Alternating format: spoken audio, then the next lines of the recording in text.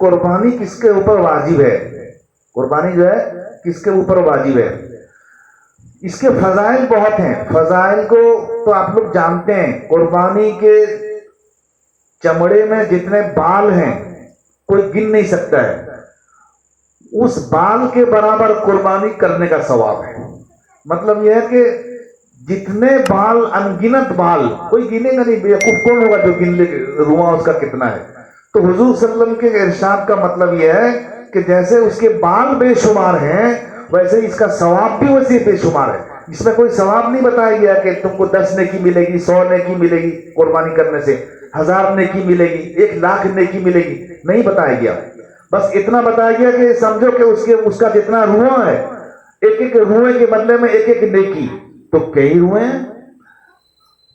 और उसका सही मतलब यह है कि रुआ अगर मालूम हो जाए कि 5 लाख रुआ है, अगर मालूम हो जाए, बैठा दिया गिनने के लिए किराया दे करके, तो बोले सर इसका रुआ गिनो कितना है। तो अगर पैसा लेंगे, आजकल तो पैसा में सब काम होता है, तो लिहाजा वो अगर 5 लाख गिन करके वो लोग बताए कि ये जानवर में 5 लाख रुआ है, जितना दिन भी लग जाए, तो उसका मतलब 5 लाख सवाब मिलेगा ना, 5 लाख सवाब नहीं।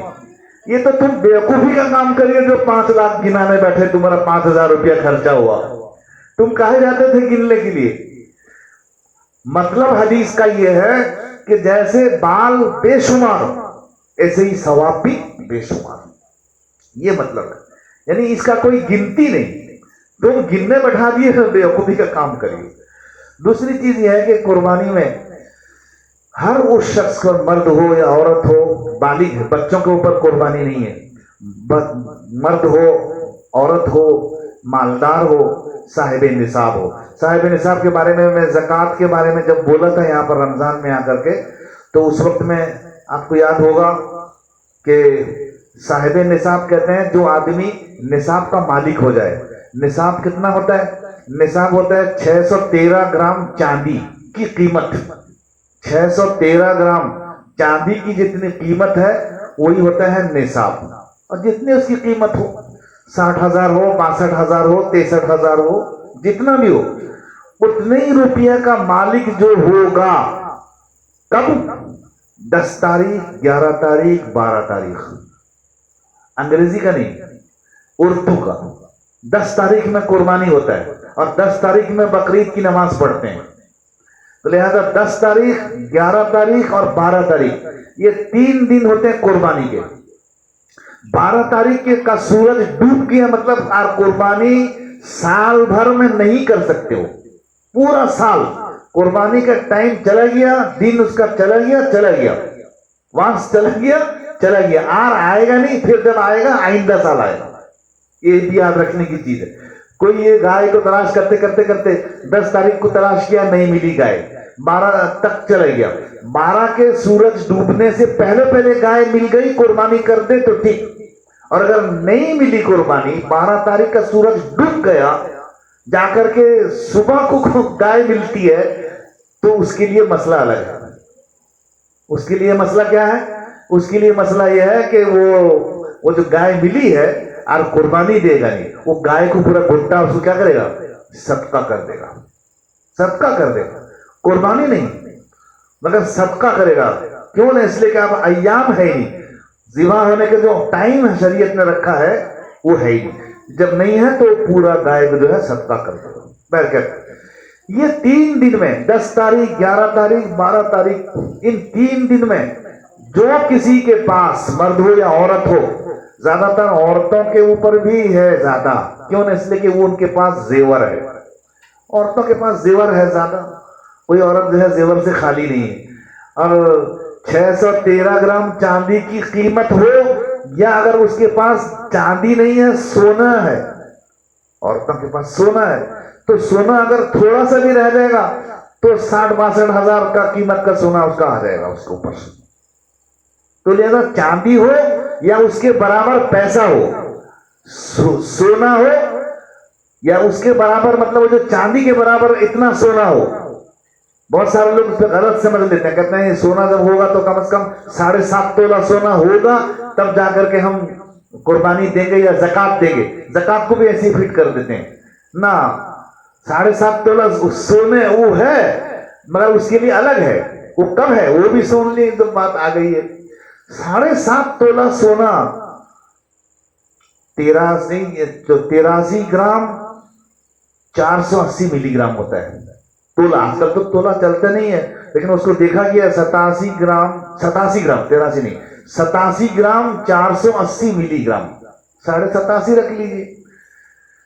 जो आदमी के पास मर्द हो या औरत हो, जिसके पास सिर्फ सोना है, इतना सोना है, चांदी बिल्कुल नहीं है, पैसा भी बिल्कुल नहीं है, ऐसा कोई आदमी है?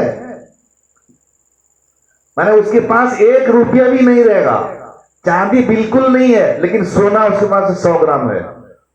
अगर है ऐसा आदमी तो वो ज़कात देगा। क्यों? ना इसलिए कि सोने का निसाब उसको आ गया। सोने का निसाब होता है 87 ग्राम। अगर 50 ग्राम सोना उसके पास है, ज़कात नहीं। वजह क्या? वजह यह है कि सोने का निसाब है नहीं उसके पास।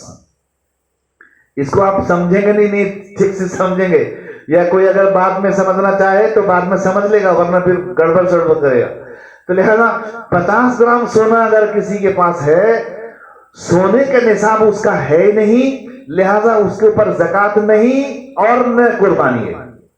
लेकिन ऐसा आदमी दुनिया में नहीं है कि जिसके पास 1 पैसा भी नहीं रहेगा, चांदी बिल्कुल नहीं रहेगी और सोना देखने वाली 50 ग्राम लेके बैठा है।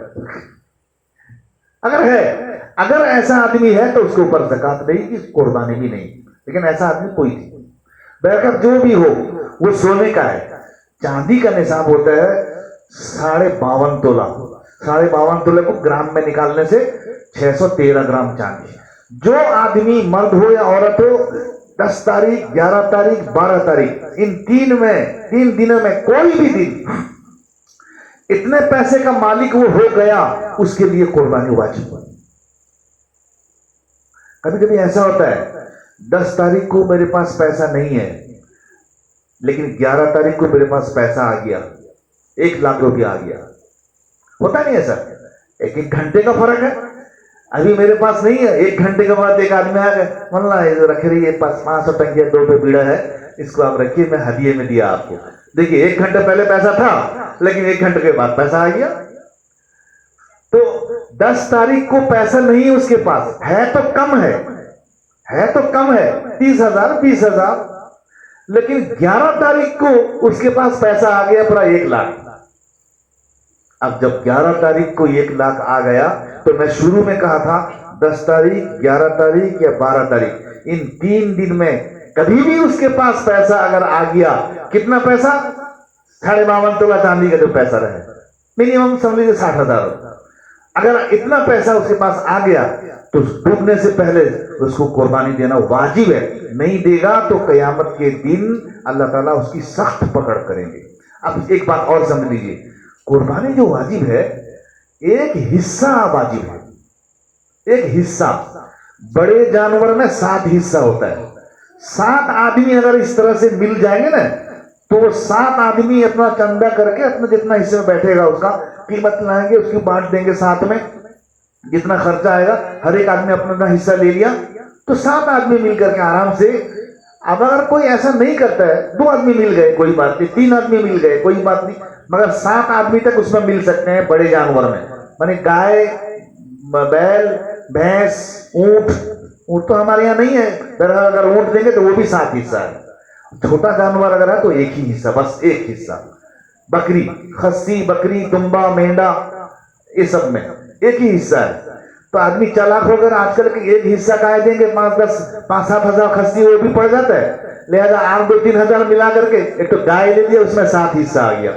अब वो 7 हिस्सा क्या क्या, घर में उसके 2-3 आदमी हैं जिनके ऊपर कुर्बानी है, तो 2-3 आदमी का भी उसमें आ गया, प्लस आदमी एक्स्ट्रा हिस्सा भी बच गया। मतलब एक्स्ट्रा हिस्सा जब बच गया तो उसमें हुजूर सल्लम के तो ले लिए, हो गया।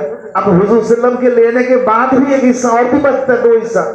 जब 2 हिस्सा और बच जाता है तो घर में कोई बच्चे रहते हैं, बच्चे, बेटा बच्चा रहता है, उसका अकीका कर देते हैं, उसी में मिला देते हैं, उसका अकीका भी उसी में मिला देते हैं। तो 2 हिस्सा जो बचा था वो बेटा का भी आ गया। और अगर बेटी है तो एक हिस्सा उसका चला गया अकीका, और भी एक हिस्सा बाकी है, तो और भी एक हिस्सा और किसी के मरहूम के नाम में दे देते हैं। बहुत अच्छा है, शरीयत ने बहुत अच्छा रखा है कि अगर गाय देंगे तो उसमें 7 आदमी शरीक हो सकते हैं।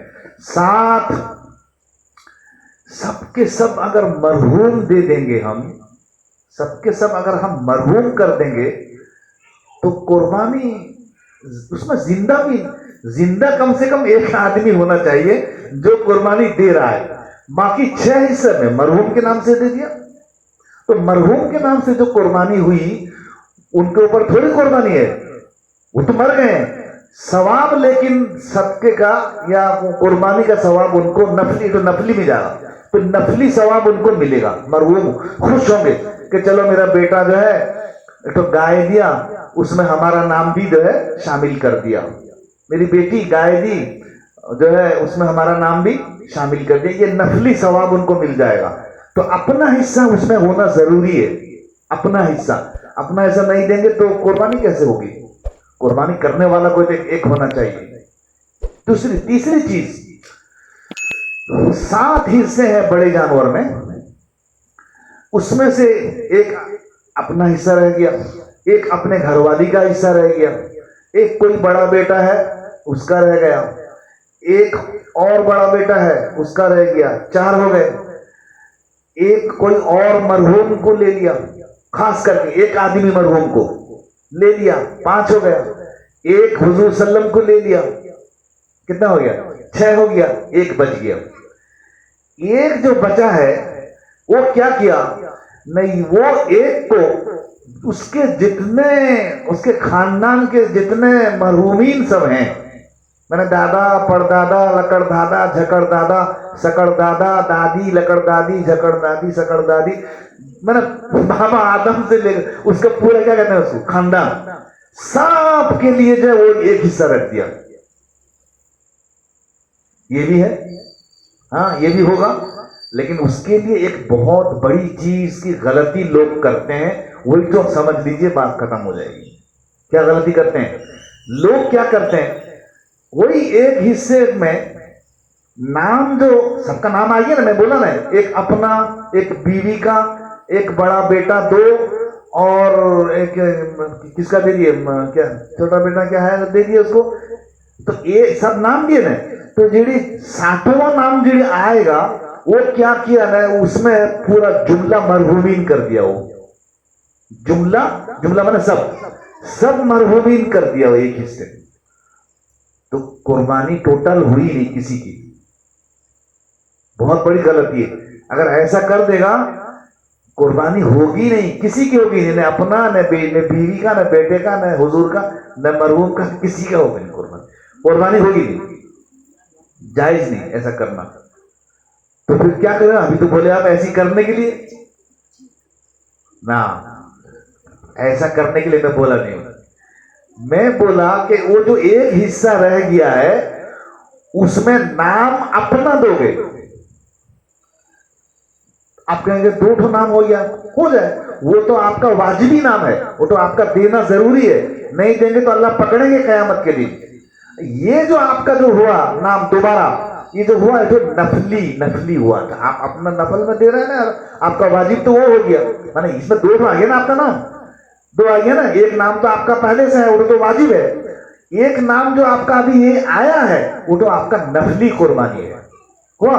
ये जो नफली कुर्बानी हुआ, नाम आप अपना लिखेंगे उसमें। अगर कोई लिखते है, कोई लिखना तो जरूर नहीं, अल्लाह ताला तो सबको दिल को जानते हैं। अगर कोई पहले जमाने के आदमी की तरह वो हमेशा तो कागज लाएंगे, कहते हैं 1 नंबर में कौन, 2 नंबर में कौन, 3 नंबर में कौन, लिखो, ऐसे कोई बात नहीं।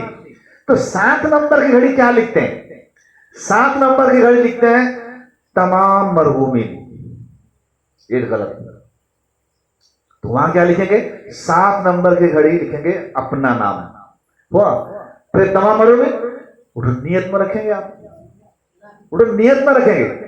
तमाम मरहूमीन जो है वो आप नियत में रखेंगे, उसको लिखना नहीं है। नहीं समझे? नियत में, नियत किसको कहते हैं? दिल के इरादे को कहते हैं। नियत कहते हैं दिल के इरादे को। मैं दिल के इरादे के साथ जोहर की नमाज पढ़ने गया या पढ़ा, मुंह से कुछ नहीं बोला, बोलते ना मुझे नवैतवान वसल्लिया लिल्लाहि ताला, बोलते हैं कुछ नहीं बोला मैं, बस दिल के इरादे से मैं जोहर की नियत करके अल्लाह अकबर कर दिया। माए बहनें भी अगर ऐसे ही कर देंगी नमाज की होगी, नमाज हो जाएगी। इसलिए अल्लाह ताला दिल की बात को जानते हैं, जबान से करो या न करो, लेकिन ये हर जगह चलेगा नहीं, ये नमाज में चलेगा, हर जगह ये नहीं चलेगा। तुम कहोगे कि मैं कुछ जबान से ना बोला नहीं, लेकिन मैं दिल में रखा था कि तुमको 1 लाख रुपया दूंगा। अभी तुम 1 लाख रुपया दोगे, दिल में रखे थे, हमको क्या मालूम? तुम तो बोलना चाहिए किसी को। तो ये चीज अल्लाह के किसी आदमी के साथ ही जब हम पेश आते हैं तो जबान से बोलना जरूरी है।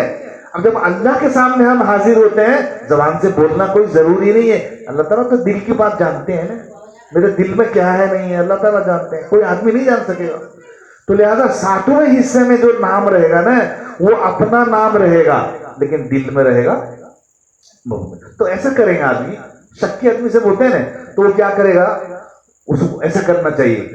7वें जो घर रहेगा, 7वां जो नंबर रहेगा हिस्सा, उसमें अपना नाम लिख दिया, ब्रैकेट में लिख दिया तमाम मरहूम। उसका दिल तो माना उसका दिल मुतमईन हो जाएगा। बहुत सारे आदमी जरा शक्की आदमी होते हैं ना, कहते हैं वो दिल में, मैंने वो समझते हैं अल्लाह ताला दिल की बात को जान सकेंगे, समझते, लेकिन ब्रैकेट में जो है क्या करेंगे, लिख दें। क्या हो, टाइम हो गया? ओ हाँ, वो बात है, हाफिज साहब ठीक बोल रहे हैं। तो वो अब क्या होगा, ये जो तमाम मरहूमीन आ गए ना, इनके लिए सवाब है, लेकिन वो मेरे तरफ से है, वो मेरे तरफ से है, मैं दिया हूं। जैसे मैं नफल नमाज पढ़ा, 2 रकात हो 4 रकात हो, नियत कर लिए मेरा ये नफल नमाज का जो सवाब अल्लाह ताला मेरे जितने मरहूमीन है सबको पहुंचा दे, बस पहुंचा दिए। फर्ज नमाज पढ़ेंगे सवाब पहुंचेगा नहीं आपको, क्योंकि ये फर्ज है, तो आपका ड्यूटी है, उसमें क्या आप सवाब पहुंचाए, आप तो खुद सवाब के लिए नहीं, दूसरा क्या। तो लिहाजा नफल नमाज, नफल रोजा, सदका खैरात, ये सब जो करते हैं नियत के एतबार से। तो यहां पर भी उसी 7वां नंबर आया, आपके तरफ से हुआ, लेकिन लिए जो हुआ उनके लिए, ये चीज समझ लेंगे बस काफी है। और चीज जो है कुर्बानी के बारे में, कुर्बानी के गोश्त के बारे में पूछा गया है, ये नंबर पूछा गया है। मुस्तहब ये है कि मैंने मुस्तहब मैंने किया, अच्छा ये है कि कुर्बानी के गोश्त को हम 3 हिस्सा करके, एक हिस्सा गरीब गुरबा को तकसीम कर देंगे, एक हिस्सा अपने भाई बिरादर रिश्तेदार को दे देंगे, और एक हिस्सा जो है अपने घर में रख देंगे। ये अच्छा तरीका है।